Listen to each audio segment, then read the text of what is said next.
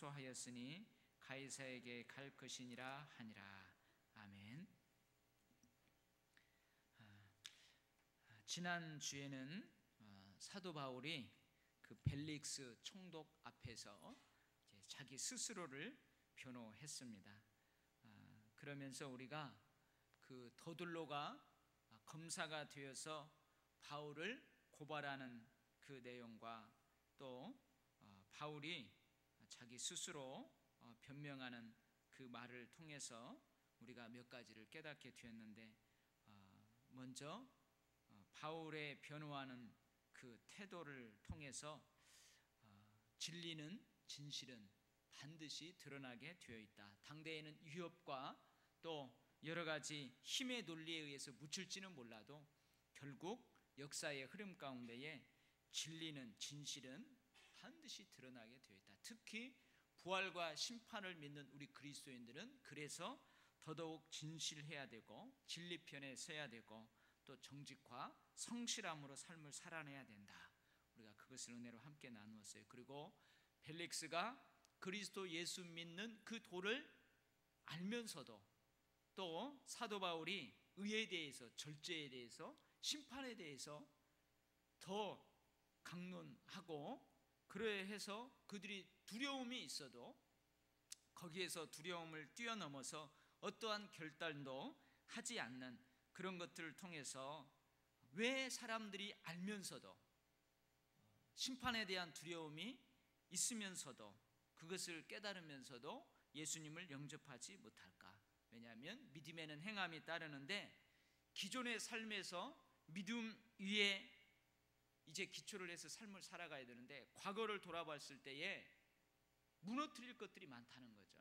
깨끗하게 단절해야 될 것들이 많다는 거죠. 근데 그것들이 너무 아까운 거예요. 그것들이 너무 아까운 거예요. 그래서 결단을 못하는 거예요. 용기가 없는 거예요. 예수님을 영접할 용기가 없는 거예요. 그리고 이제 믿음으로 주님을 영접하면 그 주님과 함께 이제 과거와는 다른 새로운 삶을 살아야 돼요. 그래서 가치관도 바뀌고 라이프 스타일도 바뀌고 여러 가지가 바뀌는 가운데 혼란과 고통이 올 수 있는 그 과도기가 있다는 거예요. 근데 그것을 감내해야 해요. 이것이 두려운 것이죠. 버리기는 아깝고 새로운 삶을 살자니 두렵고 이것을 받아들이는 용기가 필요한데 그 용기가 없는 거예요. 심판에 대한 두려움이 있지만 심판은 먼 장래에, 먼 미래의 일이라 생각을 하고 당장 눈앞에 현실적인 필요가 덜 절실을 한 거예요. 그래서 영원한 것을 위해서 눈앞에 현실적인 것들을 포기하지 못하는 것이죠. 그래서 예수님을 영접하지 못하는 거예요. 근데 우리들은 뭐라고요? 그런 것을 다 극복하고 예수 그리스도를 나의 주님으로, 나의 구주로 영접했다. 그래서 믿음도, 예수 믿는 것도 하나님의 은혜고 선물이다. 우리가 그러한 것들을 은혜로 나누었어요. 자, 오늘은 이제 총독이 바뀌게 됩니다. 총독이 바뀌게 되는데 저는 이 말씀을 쭉 읽으면서 너무 지루해요. 계속 같은 내용이 반복되거든요. 사도 바울이 예루살렘에 올라왔어요. 3차 전도 여행을 마치고 예루살렘에 도착했어요. 도착하자마자 여러 가지 상황과 정황이 꼬이기 시작을 해요. 그래서 공의 앞에서 재판을 받게 되잖아요. 그래서 그 공의 앞에서 돌에 맞아 죽임을 당한 그 찰나에 하나님께서는 누구를 움직였다고요? 천부장을 움직여서 급하게 출동해가지고 그를 빼어내요. 그래서 어느 법정에 서게 되느냐, 이제 가이사라에 가가지고 총독이 거주하는 그 가이사라에서 벨릭스 총독에게 재판을 받게 돼요. 근데 벨릭스가 재판을 다 해보니까 바울이 무죄라는 것을 알면서도 석방하지 않습니다. 구류해 두어요. 어느 정도 자유를 주면서 구류해 두는데 몇 년 동안 가둬놓느냐, 우리 27절 말씀에 보면, 24장 27절 말씀에 보면, 이태가 지난 후 보르기오 베스도가 벨릭스의 소임을 이어받아 벨릭스가 유대인의 마음을 얻고자 하여 바울을 구류하여 두니라. 그러니까 무죄임을 알면서도 유대인의 마음을 얻고자 바울을 풀어주지 않는 거예요. 그리고 2년 동안 감옥살이를 시키는 거죠. 감옥살이를 시키게 돼요. 그러한 가운데에 이제 총독이 바뀌게 됩니다. 이제 벨릭스에서 베스도로 총독이 바뀌게 돼요. 근데 이 베스도 총독은 역사적으로도 잘 알려지지 않은 인물이랍니다. 왜냐하면은 이 사람은 59년에 이 벨릭스 총독의 후임으로 부임을 해서 62년에 급사했다고 그래요. 그러니까 59년, 60년, 61년, 62년 약 3년, 3, 4년밖에 이 총독으로 있지를 않았어요. 그래서 별로 역사적으로도 알려지지 않았다고 합니다. 그래도 요세푸스의 그 기록을 어렴풋하게 이렇게 조금 언급되는 것을 보면은 다른 사람들에 비해서 성실하고 유능한 총독이었고 비교적 좀 선량한 착한 총독이었다고 합니다. 그래서 공정하게 통치를 하려고 애썼다고 합니다. 그리고 3년 동안에 이 벨릭스 총독하고는 다르게 자기가 다스리는 그 구역에서 이 강도짓을 하는 사람들, 약탈을 일삼는 자들을 제거하는 일에 3년 동안 많은 노력을 기울였다. 이 정도밖에 알려져 있지 않대요. 그래서 59년부터 총독으로 있고 62년에 급사해가지고 이제 로마에서 또 그 지역에 총독을 파송해야 되는데 그 후임자가 좀 늦어졌다고 합니다. 후임자를 파송하는 그 시기가 늦어져서 이 유대 지도부의 권한이 막강해졌다는 거죠. 새로운 총독이 오기까지 이 유대 지도부가 이 독자적인 권한으로 아주 막강한 행세를 했대요. 그래서 이때 누가 순교하느냐? 주님의 형제 야고보 있죠. 이제 베드로와 야고보가 그 당시 초대교회의 두 기둥처럼 그 탑 리더의 역할들을 감당하는데 이 어간에 그 야고보가 순교를 당하게 됩니다. 이 벨릭스는 여러분 그 로마로 소환을 당했다고 그랬잖아요. 왜 로마로 소환을 당했느냐? 이 가이사라, 여러분 이 가이사라는 지도를 한번 보면은 어느 쪽에 있냐면 이 지중해 연안 쪽에 있어요. 그러니까 휴양 도시예요. 해양 도시죠. 근데 이 가이사라에서 예루살렘까지는 상당한 거리에 와야 되고 예루살렘은 좀 높은 지역에 있어요. 한번 생각을 해보세요. 예루살렘에는 이 성전이 있잖아요. 그러니까 늘 성전 제사가 지내지게 됩니다. 그러니까 여러분 동물이 제물로 그 제단에 바쳐지게 되는 거예요. 그러니까 역겨운 냄새들이 많이 났겠죠. 그리고 늘 사람들로 북적북적대고 그리고 건조한 기후, 조금만 걸어가면 막 먼지가 푹 날리는 그런 예루살렘에 이 로마에서 파견된 총독들이 여기에 거하기를 꺼려 했다고 그래요. 그래서 이 해양 도시인 그 지중해 연안 그 가이사라에 주둔지를 정하고 거기에서 이제 그 지역을 다스리게 되었다고 합니다. 근데 이 가이사라에서 유대인과 이 수리아인들 즉 헬라인들 사이에서 어떠한 이 정치적인 뭐가 있었나 봐요. 싸움이 있었던 모양이에요. 근데 그때 누가 이 가이사라에서 주도권을 잡을 건가? 유대인과 그 헬라인들, 수리아인들이 막 분쟁을 일으키고 막 싸우고 그럴 때에 이 벨릭스가 개입을 했는데 이 벨릭스가 개입을 해가지고 유대인들이 많이 희생되고 투옥을 당했답니다. 그리고 유대인들의 재산을 많이 약탈했대요. 그래가지고 이 유대인들이 자기가 대표단을 구성해가지고 그 대표를 로마에 파송하는 거예요. 그래가지고 그 황제에게 강력히 항의를 했다고 그래요.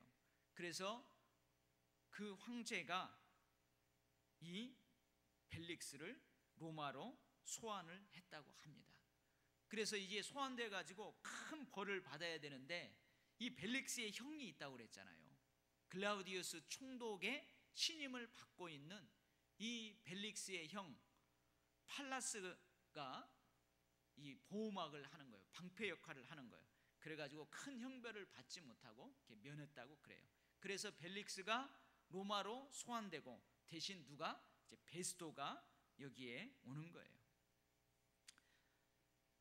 여기도 보면은 이 베스도가 어디로 먼저 와요? 25절 말씀에 보면 2년 후에 이제 베스도가 옵니다.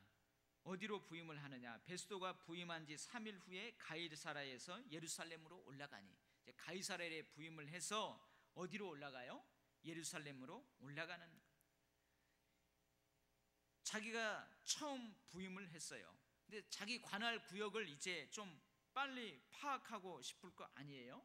근데 그 중에서도 이 예루살렘은 유대인들의 수도고 또 유대교의 종교의 중심지예요. 그러니까 유대인들의 환심을 사야만 합니다. 유대인들이 좀 잘 잠잠해 주어야 자기 관할 지역이 평안한 거예요. 그래서 어디를 방문하게 돼요? 예루살렘을 방문하게 되는 거예요. 그래서 예루살렘을 방문하게 되어 가지고 이제 대제사장과 또 사내들인 공의를 만나게 되는 것이죠. 근데 25장을 한번 보세요. 25장 2절 말씀, 대제사장들과 유대인 중 높은 사람들, 이렇게 되어 있어요. 그러니까 베스도가 예루살렘에 방문해 가지고 이제 그 종교적으로 존경을 받고 있고 종교적으로 실권을 가지고 있는 대제사장, 그리고 그 당시 유대인들의 최고 의결 기관인 산헤드린 공회를 만나는 거예요. 부임 인사를 하는 거죠. 근데 2절에 보면 대제사장이라고 안 돼 있고 대제사장들이라고 되어 있죠. 원래 율법에 의하면 대제사장은 한 명이어야 됩니다. 한 명이고 종신제예요. 종신제. 죽을 때까지 대제사장을 하게 돼요. 그리고 그 죽기 전까지는 그 사람만 대제사장을 하는 거예요. 그리고 이 대제사장직은 자기 그 가문에 이어지는 거예요. 대제사장 가문이 있으면 그 가문, 대제사장의 가문 중에서 대제사장이 나와야 돼요. 근데 오늘 보면 대제사장들이라고 되어 있습니다. 그러니까 무슨 말이에요? 대제사장이 여러 명이라는 거예요. 여러 명.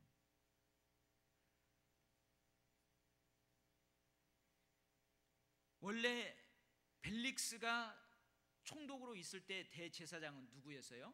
아나니아라는 사람이었어요. 근데 이 베스도가 부임할 당시에는 또 그 대제사장이 바뀌었답니다. 파비의 아들 이스마엘이라는 사람이 대제사장을 하고 있었대요.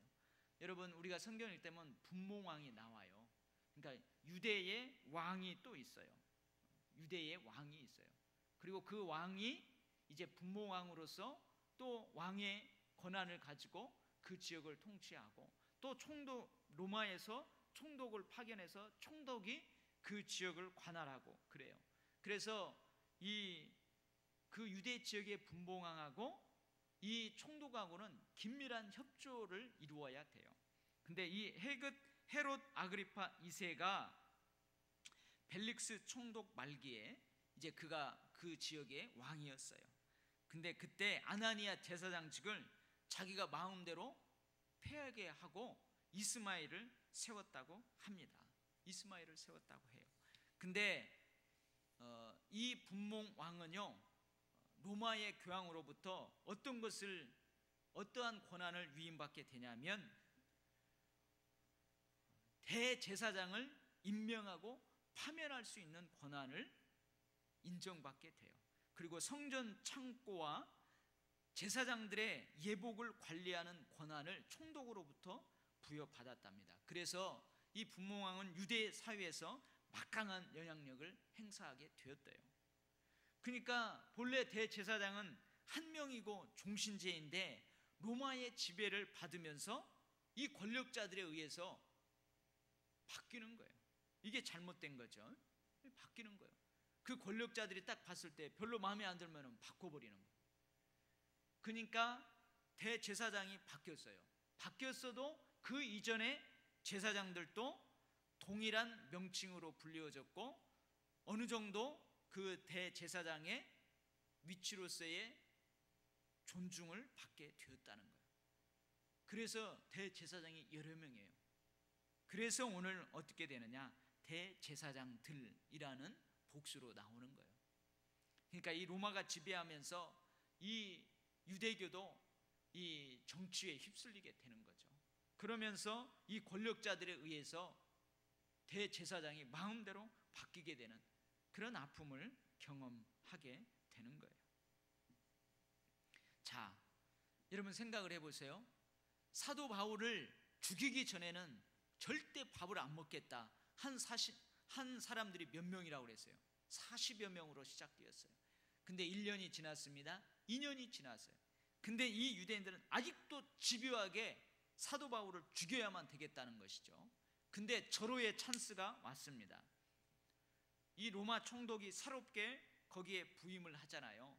그러면 이 신임 총독들은 취임 초기에 자기들이 관할하는 이 지방의 유력자들에게 환심을 사려고 그들에게 뭔가를 호의를 베푸는 거예요. 그들이 원하는 대로 뭐 한 가지를 툭 주는 거예요. 그래서 오늘 보면은 2절 말씀에 보면 대제사장들과 유대인 중 높은 사람들이 바울을 고소할세 3절 베스도의 호의로 그런 말이 나오잖아요. 그러니까 새롭게 총독으로 임명된 이 베스도가 유대인들이 부탁하면은 초이기 때문에 이들에게 환심을 사야 돼요. 유대인들의 환심을 사야 돼요. 그러니까 이 부탁을 들어줄 가능성이 많다. 그것을 유대인들이 다 캐치하는 거예요. 그래서 베스도에게 어떻게 해요? 바울을 지금 가이사라에 구금되어 있는 바울을 예루살렘으로 다시 좀 보내서 예루살렘에서 재판을 좀 받게 해주십시오. 그렇게 또 부탁을 하는 거예요. 왜 이렇게 부탁해요? 진짜로 예루살렘에 와서 재판을 해서 사도 바울을 어떻게 하려고 하는 게 아니고 올라오는 길에 매복했다가 죽여버리려고. 그 40여 명의 암살단들이 그렇게 술수를 섰댄 것처럼 그렇게 술수를 쓰려고 하는 거예요. 3절 말씀에 이는 길에 매복하였다가 그를 죽이고자 함이었더라. 근데 베스도가 들어줄 만도 하잖아요. 저 뒤에 보면 들어줄 만도 해요. 9절 말씀에 보면 베스도가 유대인의 마음을 얻고자 하여 바울더러 묻되 내가 예루살렘으로 올라가서 이 사건에 대하여 내 앞에서 신문을 받으려느냐. 들어줄 만도 한데 이때는 안 들어줍니다. 그래서 베스도에 의해서 다시 한번 사도 바울이 암살될 위기에서 모면하게 되는 거예요. 베스도가 뭐라고 하느냐? 내가 곧 어떻게 해요? 예루살렘으로 갈 것이다. 아니 가이사라로 바로 올라갈 것이다. 그리고 가이사라에 구류되어 있는 구금되어 있는 사도 바울은 도망갈 여지가 없다. 그러니까 안심하다. 그래서 너희들이 가이사라에 다시 와서 다시 재판을 좀 해보자. 그렇게 합니다. 그래서 어떻게 해요? 이제 베스도도 예루살렘에서 다시 가이사라로 내려오고 나머지 유대인들도 이제 가이사라로 내려와 가지고 또 다시 재판을 재개하는 거예요. 재판을 재개해요. 근데 어떻게 됩니까? 7절 말씀에 보면 예루살렘에서 내려온 유대인들이 둘러서서 여러 가지 중대한 사건으로 고발해 능히 증거를 대지 못해요. 사도 바울이 또 아주 간략하게 합니다. 나는 유대인들의 율법이나 성전이나 그리고 가이사에 대해서 즉 정치적인 소요, 종교적인 면에 있어서 나는 잘못한 것이 하나도 없다. 베스도에게 확실히 해요. 그러니까 베스도가 어떻게 해요? 이렇게 하다가는 잘못하면 유대인들의 환심을 잃게 될 거구나. 그러니까 바울에게 물어보는 거예요. 야, 그러면은 네가 예루살렘에 나와 함께 내려가서 재판을 받겠느냐 물어보는 거죠. 그러니까 어떻게 해요? 사도 바울이 나는 안 가겠다. 나는 로마의 시민권을 가지고 있다. 그리고 지금까지 2년여 동안의 재판을 통해서 내가 죄가 없는 것이 확실한데 나는 다시 내려가지 않겠다. 로마의 절차에 어긋난다. 그것은 로마법에 어긋난다. 그래서 나는 가이사에게 상소하노라. 가이사 재판에 내가 상소한다. 이 말은 뭐냐면은 이제는 로마 본토에 가서 황제 앞에서 내가 재판을 받겠다. 그렇게 이야기를 하는 거예요. 왜 그러냐? 로마의 시민권자들은 그럴 수 있기 때문에 지방 행정관의 그 심한 압제라든지 그리고 불이한 재판에 대해서 자기가 황제에게 직접 호소할 수 있는 권한이 로마 시민권자들에게 주어졌어요. 그러니까 황제에게 호소를 합니다. 이때 황제가 누구였느냐? 네로 황제였답니다. 네로 황제.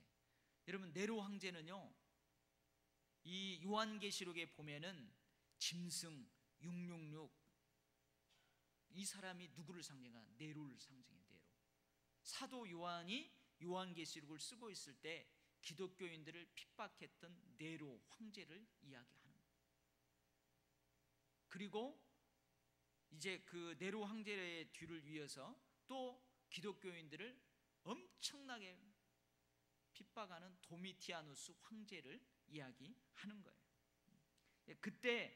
이때의 황제가 누구냐? 네로 황제였답니다. 근데 이 네로 황제도요, 역사에 보면은 초기에는 그 네로 황제의 스승이 있다고 그랬죠. 세네카. 결국은 그 네로 황제의 스승이 세네카예요. 근데 세네카가 자기 제자인 네로를 이제 반란을 꾀했다는 그 오해를 받고 스스로 자결하라 해가지고 자기가 독약을 먹고 죽게 되는 그런 일이 일어나요.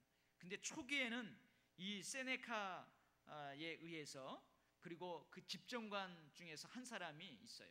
선한 사람이 있어요. 그 영향으로 인해 가지고 네로가 초기에는 선정을 베풀었답니다. 잘 이렇게 정치를 했대요.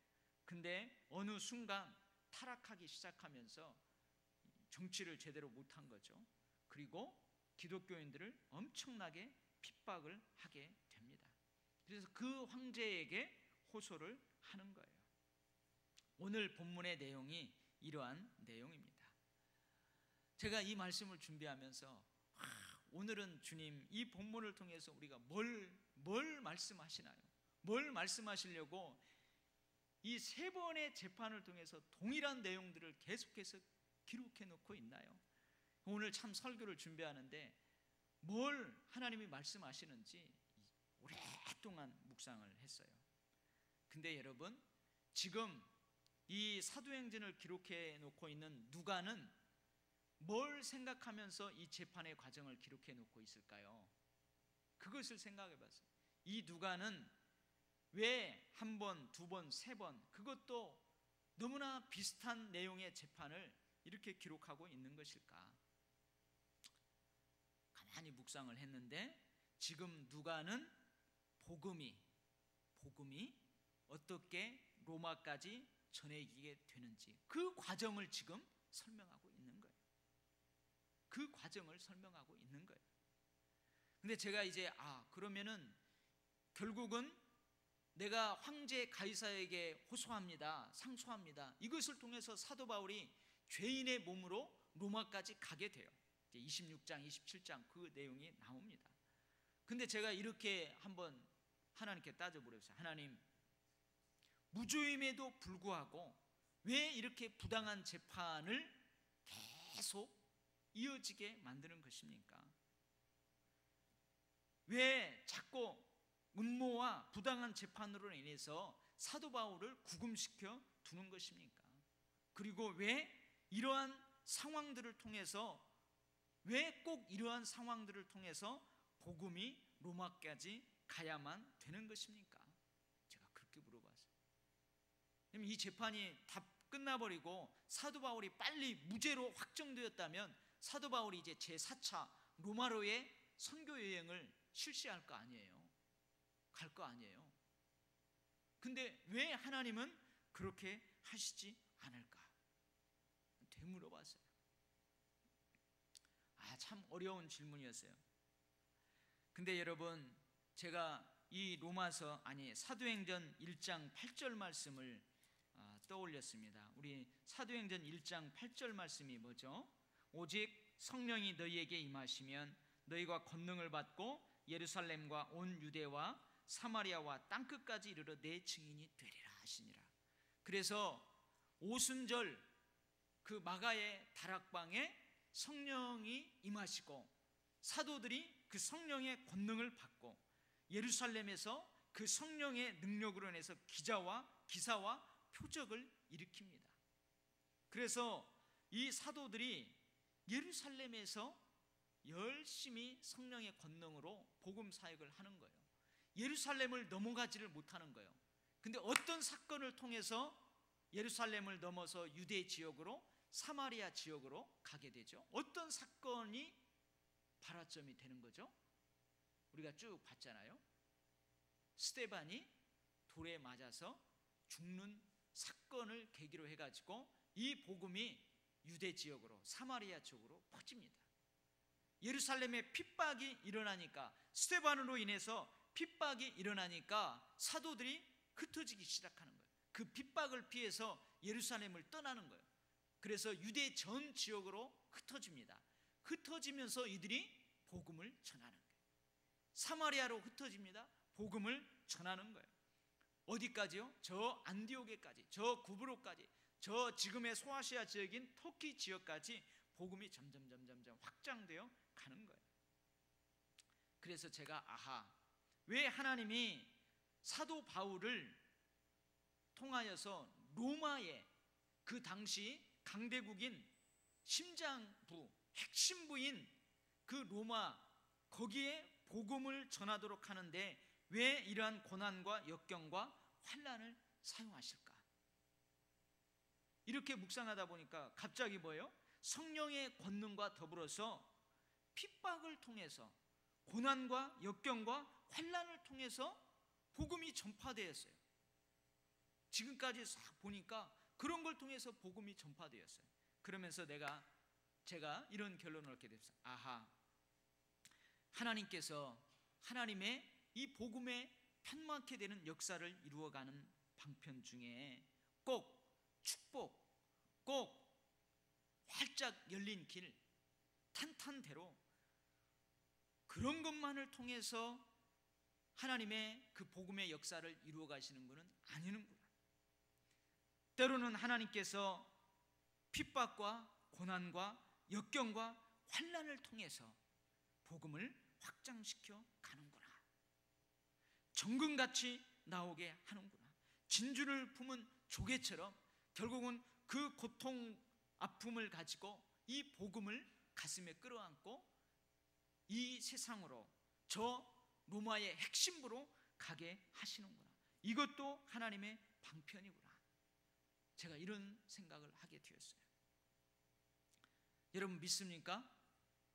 하나님께서 우리가 당하는 고난, 역경, 환난을 통해서도 하나님의 복음의 역사를 이루어간다는 사실을 믿습니까? 그래서 여러분, 기독교는 부활의 종교이지만 십자가, 고난의 종교입니다.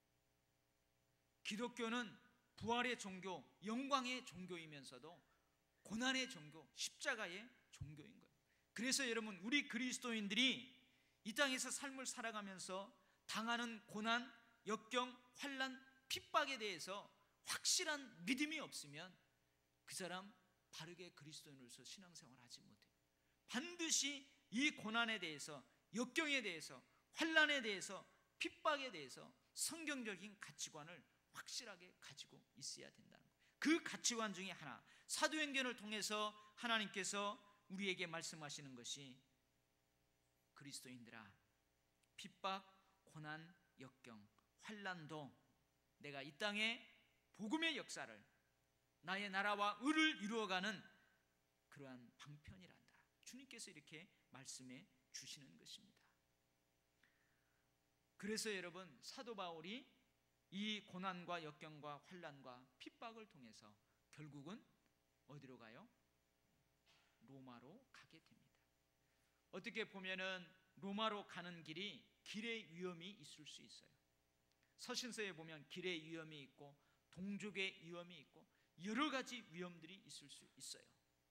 근데 우리가 이제 26장, 27장을 쭉 살펴보면은 그런 어려움 가운데 사실은 누가 지켜줘요? 로마 병사들이 지켜줘요. 죄인들을 후송하는 그 로마 병사들이 지켜줍니다. 배가 파선했을 때도 로마 병사들이 지켜주고, 또 로마 병사들이 그 사도 바울을 또 건져내고, 그리고 오히려 또 사도 바울이 그 로마 병사들을 구출해내고, 이러한 가운데에서 로마에까지 가게 되는 거예요. 저는 이번에 우리 허영자 권사님 그 남편 되시는 고 우리 김홍중 성도님, 그분 아버님이 올 5월 달에 돌아가셨잖아요. 그때 장례를 치르고 사실은 이제 그 가족들하고 제가 모이는 시간들이 있었어요. 그때 이제 그분을 가까이서 만나고 1시간 넘게 오랫동안 이야기를 했습니다. 제가 이번 장례를 치를 때에도 확신을 가지고 장례를 치르게 되었는데, 그분이 저하고 식사를 하면서 얘기할 때 그러더라고요. 목사님, 저에게 믿음이 있습니다. 저는 지금도 일할 때 늘 목사님들이 설교하는 그 설교를 듣고 은혜를 받고 그럽니다. 목사님, 제가 곧 이제 이 믿음 가지고 교회에 나가서 예배 드릴 날이 곧 있습니다. 목사님, 조금만 기다려 주세요. 조금만 기다려 주세요. 그러시더라고요. 그리고 제가 몇 주 전에도 이제 영란이한테랑 그 권사님한테랑 좀 아버지 이제는 좀 교회 좀 나오게 해야 되지 않느냐 좀 그랬어요. 그런데 이제 이 일이 닥쳐서 결국은 장례 예배가 되는, 예배를 드리게 되는 처음이자 끝이 되는 그것이 되어버렸어요. 어떻게 보면은 믿음이 있지만 그 예수님 한편에 달려있는 그 구원받은 강도처럼 그렇게 구원의 커트라인을 넘어서 구원을 받았다, 이런 확신이 있어서 제가 장례식을 다 했습니다. 근데 오늘 이제 그 화장장에서 다 장례식을 하는데 이제 화구로 그 들어가기 전에 기다리고 있는데 그 상조하는 그 사람들이 있잖아요. 그분이, 여자분이 저한테 와서 물론 저를 듣기 좋으라고 하는 소리겠지만 그분이 그러는 거예요. 목사님이 드리는 장례 예배는 다른 여느 목사님하고는 틀리네요. 그래요. 아니, 어떻게 틀리냐고 그랬더니 다른 목사님들은 장례 예배 때 부르는 찬송이 있고 말씀이 있대요. 근데 목사님은 이상한 찬송을 부르고 이상한 말씀을 전하고, 그래서 자기가 다 적어놨대요. 그런데 목사님이 첫날부터 마지막 날까지 드려진 예배를 쫙 보면서 자기가 이런 느낌을 받았대요. 쭉 가는데 이렇게 빛이 그 천국에 가는 길을 활짝 열어 제치고, 슬픔보다는 뭔가 이렇게 승리자가 개선하는 듯한 그런 느낌을 받았대요. 그래서 저 듣기 좋아라고 한 소리인지 아니면 하나님이 그 가정을 위로해 주시고자 그분이 저에게 하는 이야기인지 저는 후자로 들었어요. 그래서 제가 한편으로는 가족들하고 마지막에 그러한 은혜를 나누었습니다. 사실 여러분, 얼마나 이게 고통입니까? 얼마나 큰 어려움입니까? 미처 준비하지도 못하고 그날 아침에 영란이 출근하느라고 그 태워다 줬대요. 전철역까지 태워다 주고, 그리고 그 전날 다 일했던 거, 그 일주일간 일했던 거 다 포장을 해가지고 그 납품을 딱 시키고, 그리고 집에 들어와서 화장실에서 일을 보다가 이제 변을 당하신 거예요. 믿기지를 않는 거죠. 믿기지가 않는 거예요. 그래서 이제 전화가 와가지고 사인이 불분명하니까 이제 시흥경찰서에서 왔어요. 형사들이 와가지고 목사님 같이 가자고. 그래서 이제 같이 갔어요. 그래서 조서를 다 꾸미는데 옆에 있는데 그 영란이가 그 어쩔 줄 몰라가지고 막 하는 말. 근데 제가 민망해가지고 못 듣겠어요. 믿기지가 않으니까 막 그래요. 근데 그랬던 우리 영란이 다영이 또 권사님이 이 장례를 지나면서 그것을 믿음으로 이렇게 받아들이고 그러한 것을 볼 때에 우리 그리스도인들이 이 고난, 역경, 어려움들에 대해서 확실한 믿음이 없다면 세상 사람들하고 뭐가 다를까 그런 생각을 하면서 이 장례가 어떻게 보면 참 목사로서 너무 힘들어요. 이렇게 오랫동안 사시다가 이제 잘 돌아가시면 모르는데 우리 이모근 집사님하고 동갑이래요. 이모근 집사님이 그 문상 오셔가지고 물어봐요. 그래서 목사님 저하고 동갑이네요. 그러니까 이모근 집사님 보고 그분을 생각하니까 더 마음이 아파요. 이런 장례는 참 목사가 장례 집례하기 힘이 듭니다. 믿음으로 또 여러분들이 기도해주고 또 제가 이 돌교에 와서 여러분들이 많이 예배 때마다 많이 와서 그러는 걸 보면서 힘들고 어려울 때 우리가 함께 하니까 하나님께서 은혜를 주시는구나 그러한 은혜를 제가 많이 받았습니다. 저도 눈물이 많이 나고 우리 장로님 또 기도하시는데 눈물을 글썽글썽하고 많이 울면서도 또 하나님의 위로가 넘쳐난 장례를 치르게 되었습니다. 여러분, 저는 우리 도율교회에 목회하는 동안 이러한 일이 없었으면 좋겠어요. 갑자기 이러한 급한 소식, 제가 사실은 그 주일 아침마다 금요철야마다 기도하는 게 뭐냐, 하나님 오늘 주일입니다. 주일에는 급한 소식 없게 해주시고 이런 기도를 많이 하는, 정말 우리 가정에 이러한 위급한 소식, 급한 소식 없기를 바라요. 그러나 혹 우리가 삶을 살아가다가 고난이 있을 수 있어요. 역경이 있을 수 있어요. 환난이 있을 수 있어요. 핍박이 있을 수 있어요. 근데 이런 것을 통해서 하나님께서 복음이 확장될 수 있도록 그 역사를 이루어가는 방편으로 사용되어집니다. 저는 분명히 믿습니다. 이번 장례를 통해서 분명히 그 가정 가운데, 가문 가운데 분명히 예수 믿겠다고 결단하는 사람들이 나오리라고 믿어요. 그래서 여러분, 오늘 우리가 계속 반복되는 그 본문이지만 딱 한 가지 하나님의 음성을 듣게 됩니다. 그리스도인들아, 우리 돌교회 성도들아, 고난과 역경, 환난, 핍박도 하나님의 역사를 이루어가는 방편이라나 성령께서 우리에게 말씀해 주시는 거예요. 여러분, 혹 힘겨움이 여러분들에게 닥칠 때에, 어려움이 여러분들에게 닥칠 때에 주저앉지 마시고 믿음으로 극복하시기 바랍니다. 그럼 하나님께서 그것을 오히려 하나님의 선하신 역사를 이루어가는 방편으로 사용하실 줄 믿습니다. 기도하겠습니다.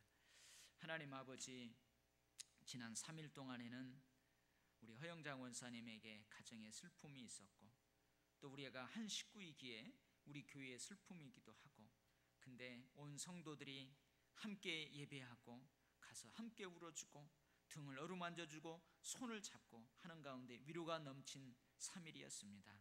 하나님 오늘 주신 말씀을 통하여서 때로는 핍박도, 때로는 고난도, 역경도, 환난도 하나님의 복음의 역사를 이루어가는 방편이라는 사실을 다시 한번 깨닫게 됩니다. 우리의 삶에 성령의 능력으로 인한 기사와 표적도 있지만 성령의 능력 가운데에 우리가 감당해야만 하는 고난과 역경과 환난과 핍박도 있다는 사실을 기억하며 성령의 능력을 통한 기사와 표적이 우리 앞에 펼쳐지든지 성령의 동행하신 가운데에, 능력 가운데에 우리 앞에 고난과 역경과 환난이 펼쳐지든지 우리는 그것을 늘 하나님의 뜻으로 받아들여서 하나님의 역사를 이루어가는 방편으로 사용하는 그런 복된 사람들이 다 되게 하여 주시옵소서. 하나님, 힘겨움이 있을 때 나 혼자 감당하면 어렵습니다.